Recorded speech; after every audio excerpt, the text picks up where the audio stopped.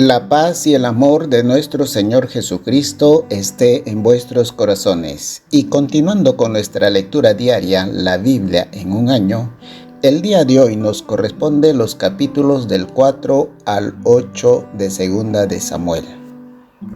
Capítulo 4. Recab y Baana matan a Is-Boset. Jonatán había tenido un hijo al que le puso su nombre Mefiboset. Cuando llegaron la noticia de que Saúl y Jonatán habían muerto en Jezreel, la niñera de Mefiboset tomó al niño y huyó. Pero por la prisa Mefiboset se cayó y quedó cojo. El niño tenía entonces 5 años de edad. Cuando Is-Boset supo que habían matado a Abner en Hebrón, se preocupó mucho, pues se dio cuenta de que ya no podía seguir siendo rey. Todo Israel también se preocuparon. Is-Boset había puesto al frente de su ejército a 2 hombres de Berot, llamados Baana y Recab, que eran hijos de Rimón. Estos 2 hombres habían sido jefes de una banda de ladrones.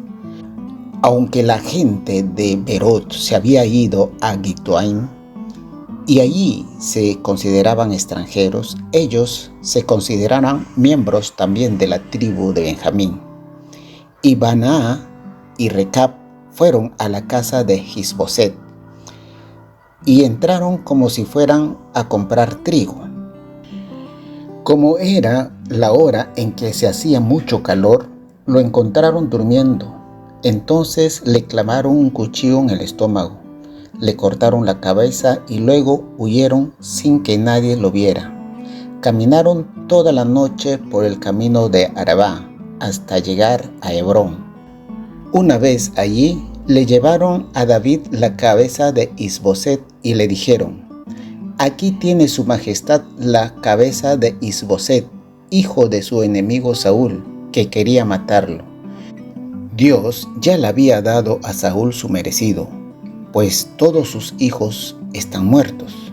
Pero David le contestó: «Así como Dios me ha protegido del mal, Dios les juró que ustedes merecen la muerte por haber hecho esto». Al que me dio la noticia de que Saúl había muerto, lo agarré y lo maté en Sigal. Con más razón los mataré a ustedes, porque son unos malvados y matones. Mataron en su propia cama a un buen hombre. Enseguida David ordenó que lo mataran a Baana y a Recab, y sus hombres le cortaron la mano y los pies y lo colgaron junto al depósito de agua que está en Hebrón. Luego enterraron la cabeza de Is-Boset en Hebrón, en la tumba de Abner. Capítulo 5. David, rey de Israel y de Judá. Después de esto, todas las tribus de Israel fueron a Hebrón para hablar con David, y los líderes le dijeron: «Su majestad, nosotros somos familiares de usted. Queremos que sea nuestro rey. Aun cuando Saúl era rey, usted ya era el verdadero líder de Israel. Ahora se ha cumplido la promesa de Dios, de que usted llegaría a ser nuestro líder y nuestro jefe». Entonces David hizo un pacto con ellos y puso a Dios como testigo. Por su parte, los líderes de Israel derramaron aceite sobre la cabeza de David y lo declararon su rey. David tenía 30 años cuando empezó a reinar. En Hebrón fue rey de Judá durante 7 años y medio, y en Jerusalén fue rey de todo Israel y de todo Judá durante 33 años. Así que su reinado duró 40 años. David conquista Jerusalén. Después de esto, el rey y sus soldados fueron a atacar a los jebuseos que vivían en Jerusalén.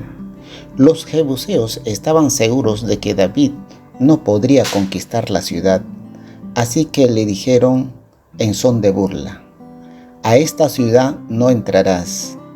Nos bastan los ciegos y los cojos para impedírtelo. Pero David les dijo a sus hombres: ataquen a los jebuseos, entren por el canal de agua y maten a mis enemigos. Se creen protegidos por los ciegos y los cojos, a quienes los odio con toda mi alma. Y ahí viene el dicho: ni los ciegos ni los cojos podrán entrar en el templo. Luego de haber conquistado la fortaleza de Sión, David se quedó a vivir en Jerusalén y llamó la ciudad de David. Más tarde construyó alrededor de la ciudad una muralla, la cual iba desde la rampa hasta el palacio. Un palacio para David. Cada día David tenía más y más poder, pues el Dios Todopoderoso lo ayudaba. Y David sabía que Dios le había dado ese poder y que le había hecho rey de Israel por amor a su pueblo. Hiram, el rey de Tiro, envió gente que sabía construir con madera y piedra. Con ellos envió madera para que lo hicieran a David un palacio en Jerusalén. Otros hijos de David. David se fue de Hebrón para ir a vivir a Jerusalén. Allí tuvo más esposas. Los hijos que tuvo con ellas fueron Samúa, Sobab, Natán, Salomón, Ibjar, Elisúa, Nefeg, Jafías, Elisamá, Eliadá y Elifelet. David vence a los filisteos. Cuando los filisteos supieron que David ya era rey de todo Israel, se unieron para atacarlo y fueron al valle de Refaim. Pero David se enteró y se fue a uno de sus refugios.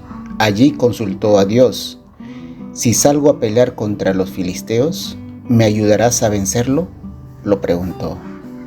Y Dios le contestó: claro que sí, yo te ayudaré a vencerlos. Entonces David salió a Baal-Perasim y allí venció a los filisteos. Los filisteos huyeron dejando tirados sus ídolos, así que David y sus hombres los recogieron. A ese lugar David lo llamó Baal-Perasim, pues dijo: Dios es fuerte como la corriente de un río, pues me abrió el camino para vencer a mis enemigos. Pero los filisteos volvieron a atacar a David y ocuparon todo el valle de Refaim. David volvió a consultar a Dios y Dios le respondió: no los ataques de frente, rodéalos y atácalos por detrás. Cuando llegues donde están los árboles del bálsamo, oirás mis pasos en la punta de los árboles. Esa será la señal para que te lances al ataque. Allí verás ir delante de ti y destruir al ejército filisteo. Así lo hizo David ese día y venció a los filisteos desde Geba hasta Geser. Capítulo 6. El cofre del pacto en Jerusalén. David volvió a reunir a sus mejores hombres, que eran como 30,000. Salió con ellos de Balá de Judá para llevarse a Jerusalén el cofre del pacto. Ante ese cofre se ora al Dios Todopoderoso, que reina entre los querubines. El cofre del pacto estaba en la casa de un hombre llamado Aminadab. Esa casa estaba en la punta de la colina.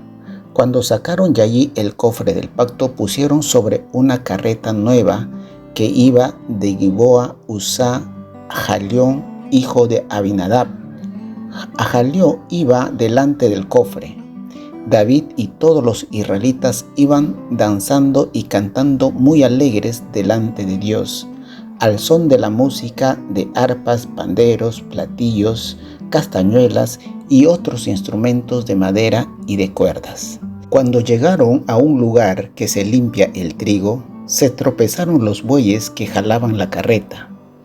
Uzá sostuvo con su mano el cofre para que no se cayera, pero Dios se enojó mucho contra Uzá por haber tocado el cofre, y allí mismo le quitó la vida. David se enojó mucho porque Dios le había quitado la vida a Uzá, partiéndolo en dos. Por eso llamó a ese lugar Pérez Uzá. Pero cuando sintió miedo, dijo: ya no me atrevo a cuidar el cofre de Dios. Y David se atrevió a llevar el cofre de Dios a Jerusalén, así que lo dejó en la casa de Obed-Edom, que vivía en Gat. El cofre de Dios se quedó allí 3 meses, y durante ese tiempo Dios bendijo a Obed-Edom y todos sus familiares.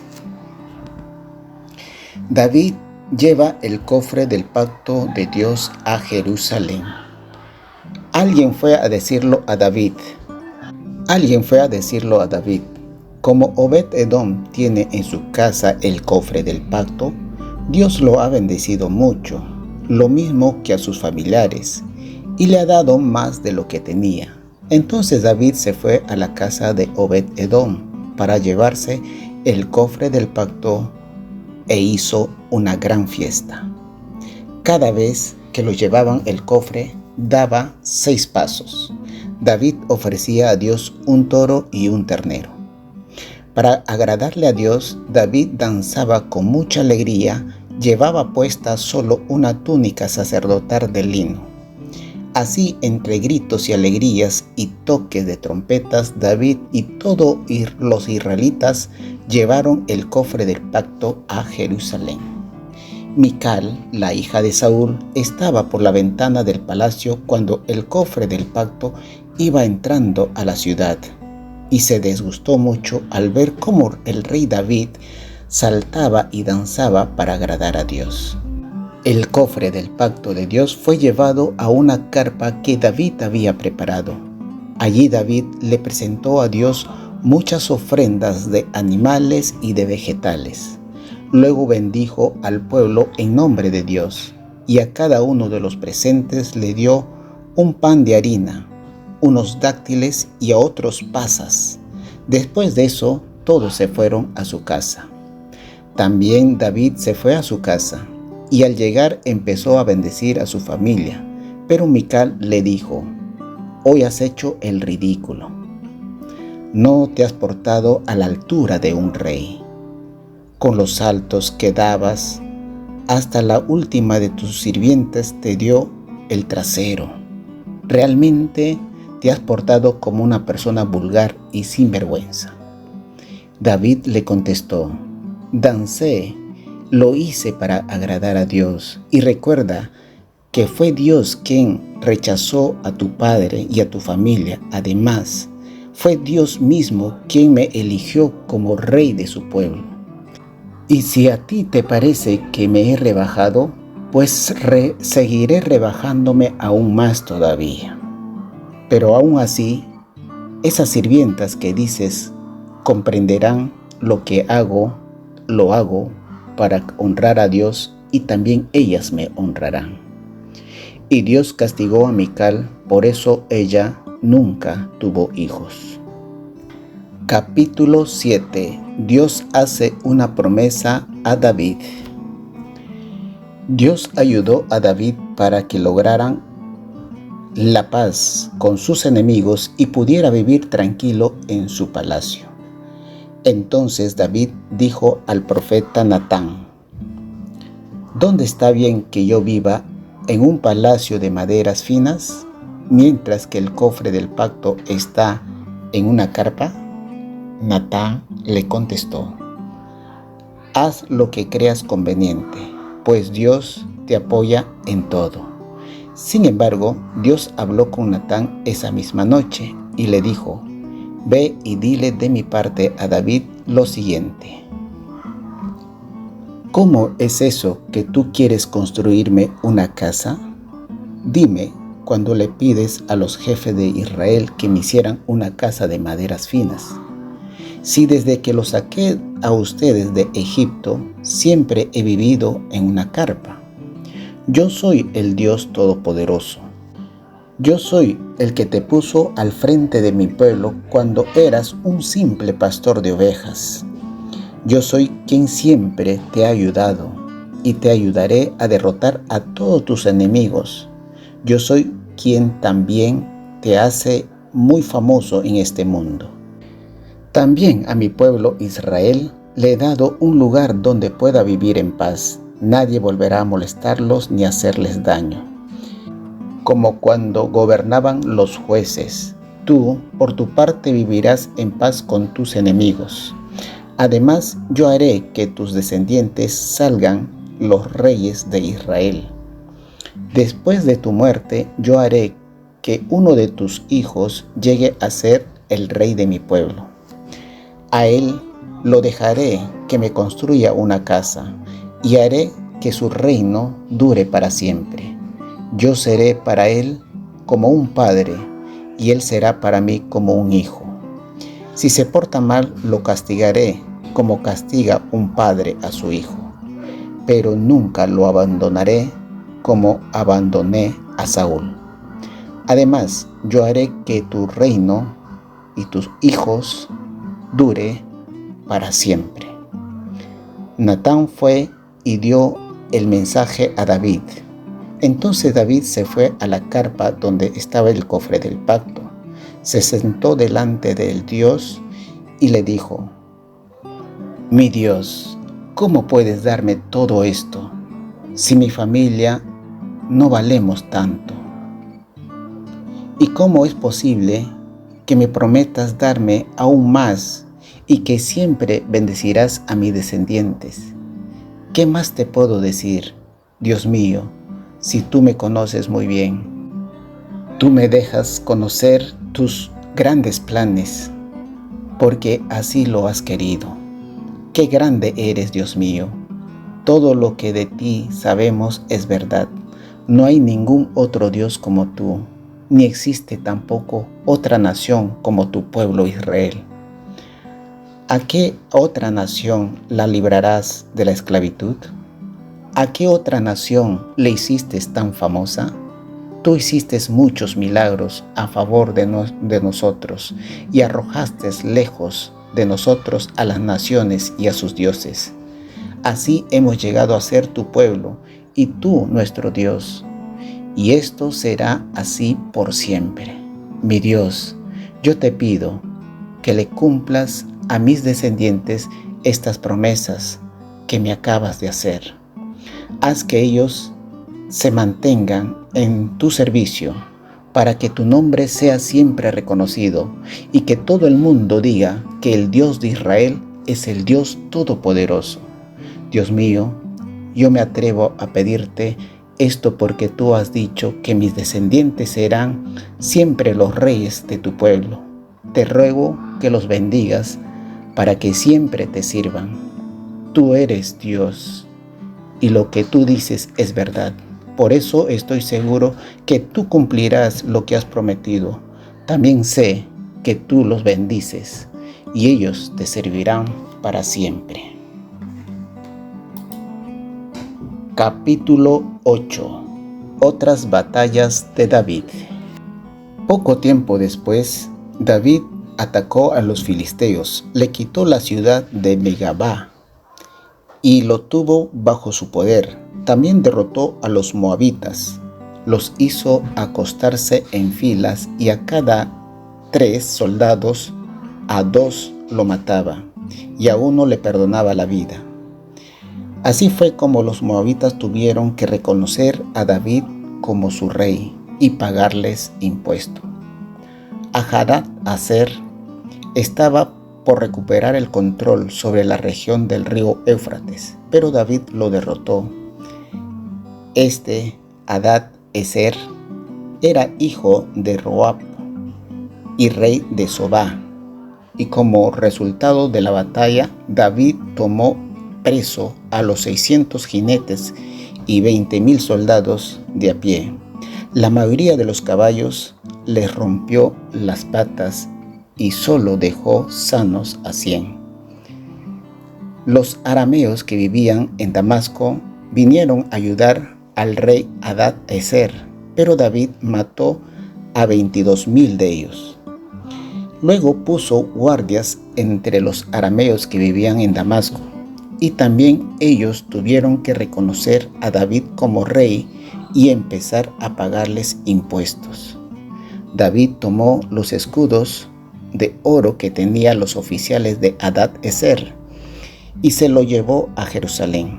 También se lo llevó todos los bronces de la ciudad que gobernaba, Hadad-Ezer, desde Beta hasta Berotai.